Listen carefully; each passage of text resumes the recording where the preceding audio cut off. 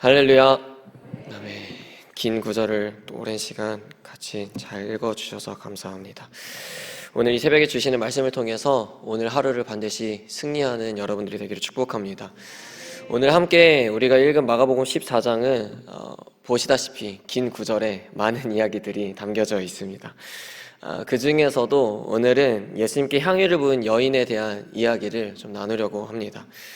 오늘 본문 1절과 11절까지만 봐도요, 짧은 이 11구절에 세 가지의 어떤 사건을 다루고 있습니다.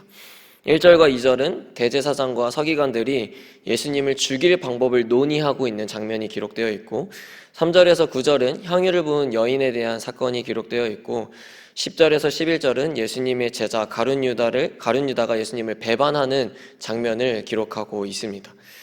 네, 읽다 보면 조금 저만 그럴 수도 있는데 문맥상 뭔가 조금 어색합니다. 이 향유를 부은 여인 이야기가 마치 배반하고 예수님을 죽이려고 하는 자들 사이에 껴있는 것처럼 느껴지거든요.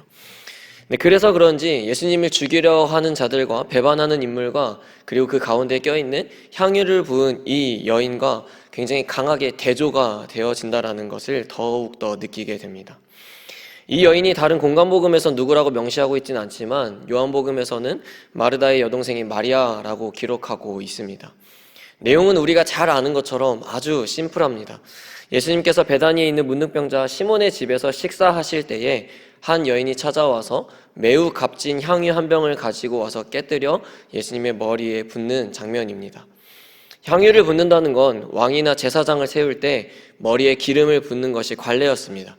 그래서 잘 알고 계시듯이 사무엘상 10장에 사무엘이 사울을 왕으로 세울 때도 기름을 머리에 붓고 임명하게 되었죠.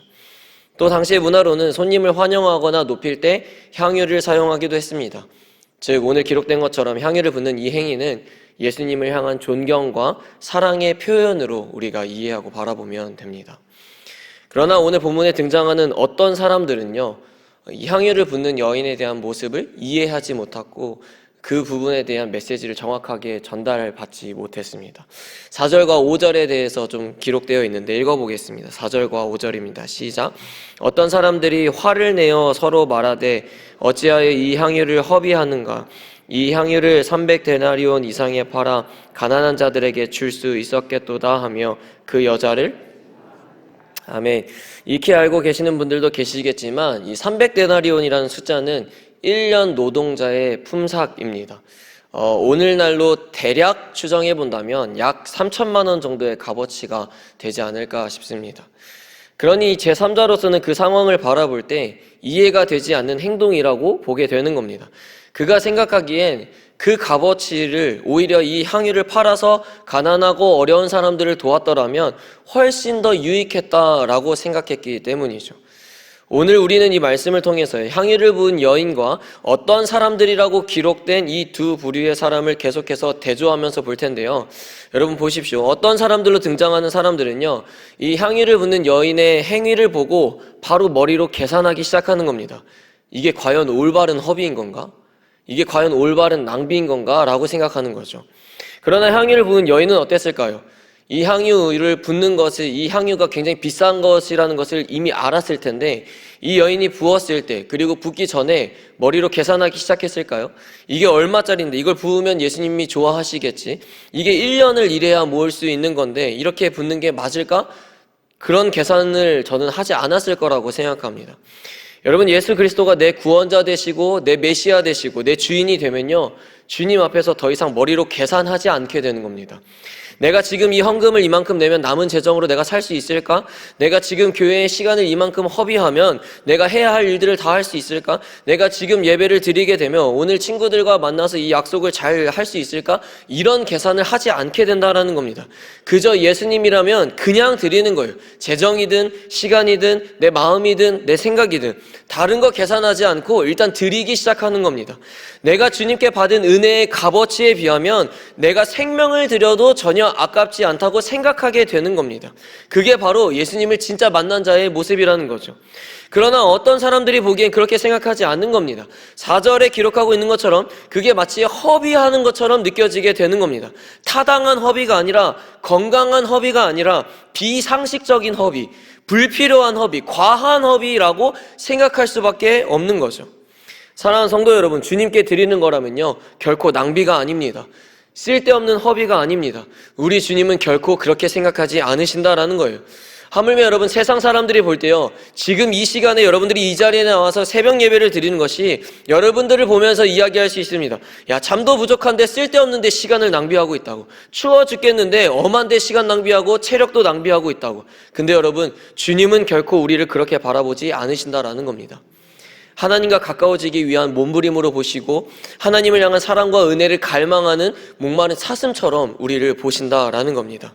그래서 우리도 향유를 부은 여인과 같이 주님께라면, 다른 사람이 아니라 예수 그리스도께라면 아깝지 않게 드릴 수 있어야 된다라는 겁니다. 우리가 무엇을 드린다 한들, 하물며 앞에서 말한 것처럼 생명을 드린다 한들 주님께 받은 은혜와 사랑에 비하면 여러분 결코 크지 않다라는 사실을 여러분 잘 알고 계시지 않으십니까? 주님께 받은 은혜를 세어보십시오. 어떻게 셀 수 있겠습니까? 어제 하루만 돌아봐도 주님께 받은 은혜가 수십 가지, 어쩌면 수백 가지인데 우리가 지금까지 받은 은혜를 어떻게 감히 셀 수 있냐라는 겁니다. 열왕기상 8장을 보면 솔로몬이 성전을 완공하고 언약궤를 둔 후에 가축을 들여서 제사를 드리는 장면이 기록되어 있습니다. 열왕기상 8장 5절인데요. 함께 읽어봅니다. 시작. 솔로몬 왕과 그 앞에 모인 이스라엘 회중이 그와 함께 그 궤 앞에 있어 양과 서로 제사를 지냈으니 그 수가 많아 기록할 수도 없고, 아멘. 솔로몬은 셀 수도 없고 기록할 수 없을 정도의 많은 양과 소를 드렸습니다. 그가 왜 그렇게 드린 걸까요? 하나님이 숫자적으로 많은 것을 드렸을 때 기뻐하셔서, 또는 양과 소가 너무 많으니까 그것을 소진하기 위해서, 그런 차원이 아닌 거죠. 하나님께 드리는 거라면 아깝지가 않은 겁니다. 아끼고 싶지가 않은 거예요. 하나님께 받은 은혜에 비하면 내가 가진 것을 아무리 많이 드려도 갚을 수 없기에 최대한 내가 드릴 수 있는 것을 드리고 싶은 마음이라는 겁니다. 여러분, 주님을 위해서 드리는 것을 아까워하지 않고 계십니까? 단순히 헌금을 이야기하는 차원이 아닙니다, 여러분. 무엇이든지 간에 봉사나 섬김이나 희생이나 전도나 선교나 예배까지도 정말 주님께 아까워하지 않고 우리가 기쁨으로 잘 드리고 있느냐라는 겁니다. 보통이라면 여러분 앞에서 주의 종이 성도들 대상으로 여러분 주님을 위해 죽을 수 있어야 합니다 라고 이야기한다면 대부분 성도님들은 아멘이라고 답하실 겁니다. 또는 주를 위해서 죽고 우리는 주를 위해 사는 존재가 되어야 됩니다 라는 말에도 우리는 아멘이라고 쉽게 답할 수 있을 겁니다.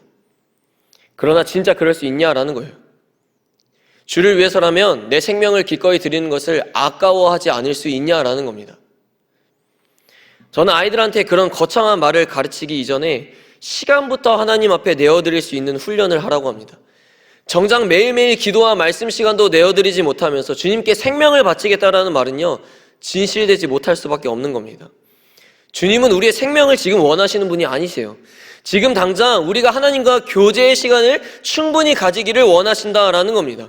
우리가 지금 드릴 수 있는 것은 당장 생명이 아닙니다. 내 시간, 내 마음, 내 생각, 내 삶을 온전히 주님께 드릴 수 있냐라는 겁니다. 그걸 아까워하지 않을 수 있냐라는 겁니다. 향유를 부은 여인과 같이 내게 가장 소중하다고 생각하는 것들을 주님께 드릴 수 있는 그 믿음이, 그 용기가, 그 결단이 우리에게도 있어야 된다라는 겁니다. 사랑하는 성도 여러분, 우리는 예수님을 위해서라면 아낌없이 드렸던 향유를 부은 여인과 같은 사람이 되어야 합니다. 근데 자칫하면요, 예수님께 향유를 부은 여인을 질타하는 어떤 사람들이 얼마든지 내가 될 수도 있다라는 겁니다.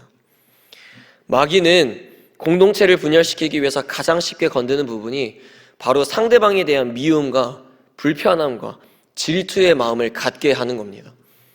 종종 성숙하지 못한 성도들을 보면 열심히 봉사하고 열심히 섬기고 열심히 하는 누군가를 시기하는 경우가 있습니다.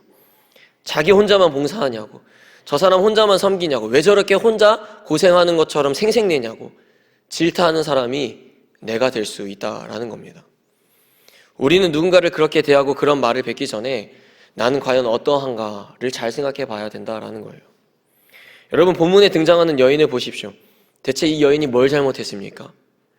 이 여인이 뭘 그렇게 잘못했기에 4절에 기록된 것처럼 화를 내냐라는 겁니다.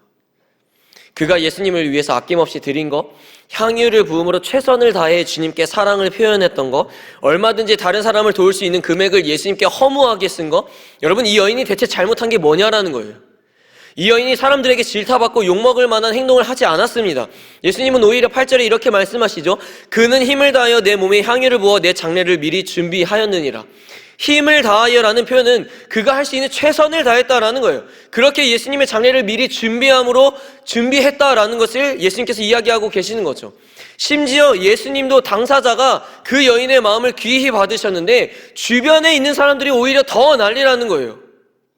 본인들은 예수님을 위해서 무엇도 하지 않으면서, 또는 본인은 그렇게 하지도 못하는데 한 여인이 갑자기 와서 예수님께 그렇게 표현하니까 시기하기 시작하는 겁니다. 괜한 심술인 거예요.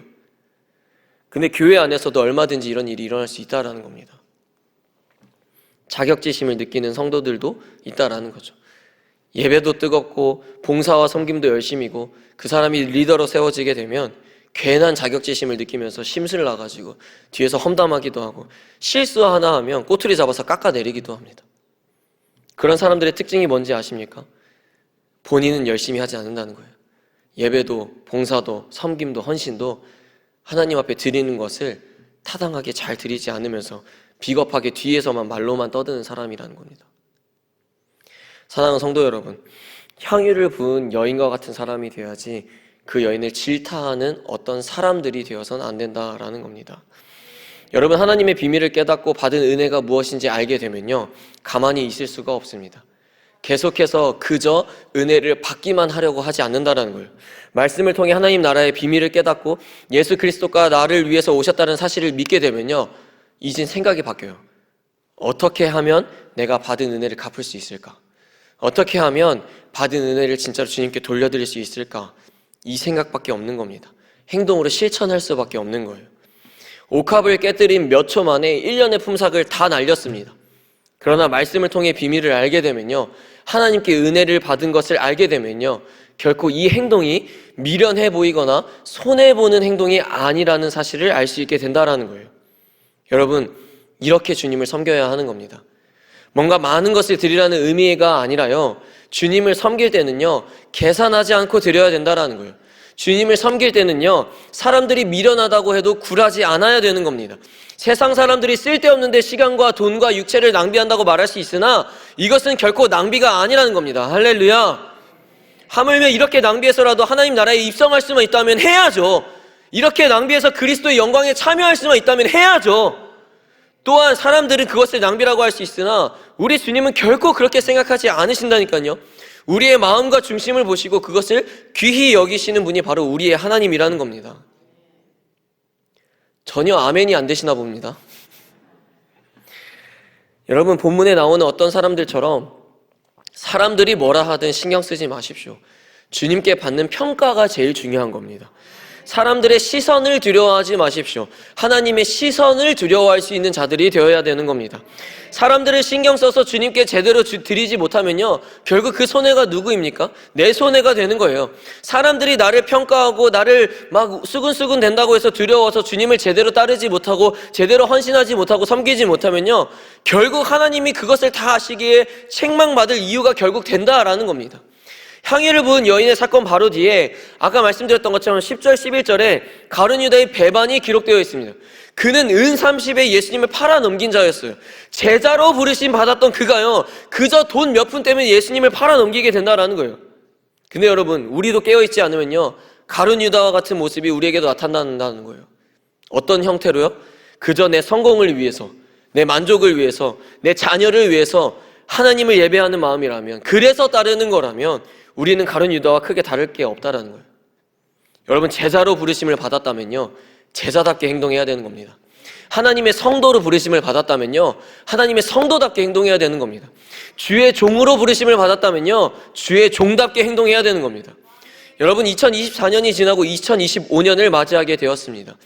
작년 한 해를 돌아볼 때 하나님 앞에 우리는 어떤 사람이었을까요? 하나님 앞에 칭찬받는 자로 기억이 되었을까요? 책망받는 자로 기억이 되었을까요? 24년을 돌아볼 때 한없이 주님께 받기만 했던 나였다면 올해 2025년에는 한없이 주님께 드릴 수 있는 우리가 되어야 되지 않겠습니까? 본문의 이 여인은 자신의 모든 것을 예수님께 드렸습니다.